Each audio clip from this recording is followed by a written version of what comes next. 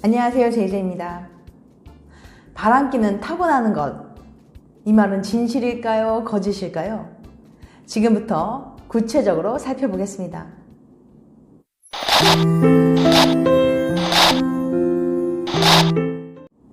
바람기를 결정하는 유전자가 있다? 성적 욕망과 사랑은 별개이며 분리할 수 있다고 생각하는 남자가 있습니다.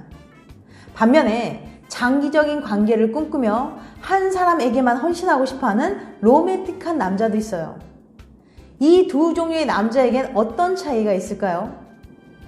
과학자들은 바람둥이 둘지와 일편단심 둘지를 연구해서 둘의 차이점을 알아냈습니다. 일부 일처제를 유지하는 종류의 들쥐 뇌 속에는 바소프레신이라는 호르몬의 수용기가 있었던 거예요. 바소프레신은 성관계를 가질 때 분비가 촉진되면서 파트너와의 유대감을 높여주는 작용을 합니다. 이 바소프레신 수용기 유전자가 길면 일편단심 들쥐, 짧으면 바람둥이 들쥐가 되는 거였어요. 인간에게도 바소프레신 수용기 유전자가 있는데 사람마다 그 유전자의 길이가 다르다고 합니다. 물론 사람들은 들쥐보다 훨씬 복잡한 존재죠. 하지만 스웨덴에서 이루어진 연구 결과 이 유전자의 길이가 긴 남자는 짧은 남자보다 평생 한 여자에게 헌신할 확률이 2배나 높았다고 합니다. 여자 역시 바소프레신 수용기 유전자와 분방한 성생활 사이에 뚜렷한 상관관계가 있다는 것으로 나타났어요. 유전이 바람기를 100% 결정하진 않겠지만 적어도 영향이 있는 건 분명한 것 같죠? 남자가 아빠가 될 때 일어나는 일. 여자만큼 극적이진 않지만 남자 역시 부모가 될 때 몸과 마음이 변한다는 거 알고 계셨나요? 하버드대 연구에 따르면 예비 아빠들은 남성 호르몬인 테스토스테론의 수치는 떨어지고 대신 프로락틴 수치가 올라간다고 합니다.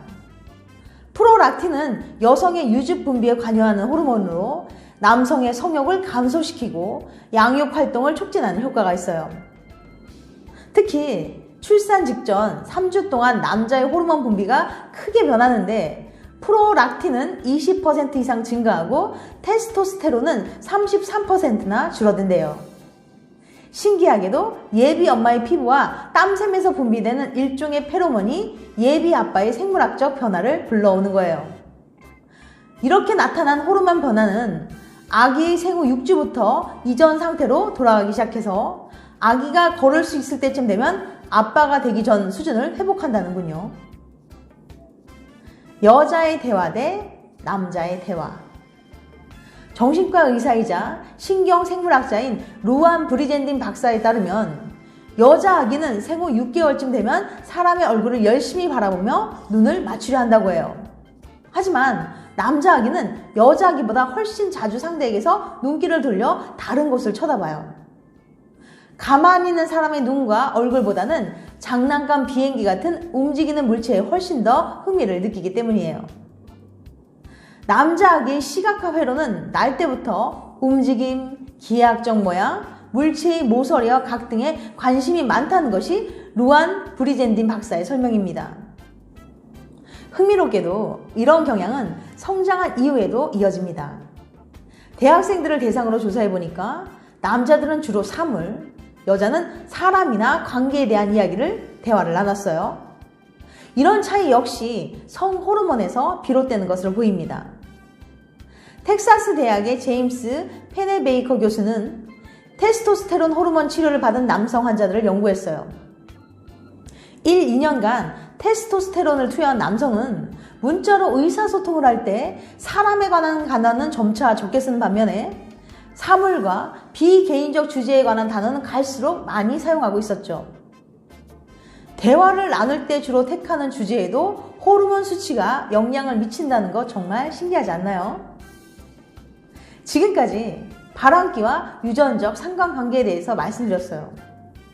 바람기는 어느 정도 유전적인 요인과 관련이 있다는 거 알 수 있었죠.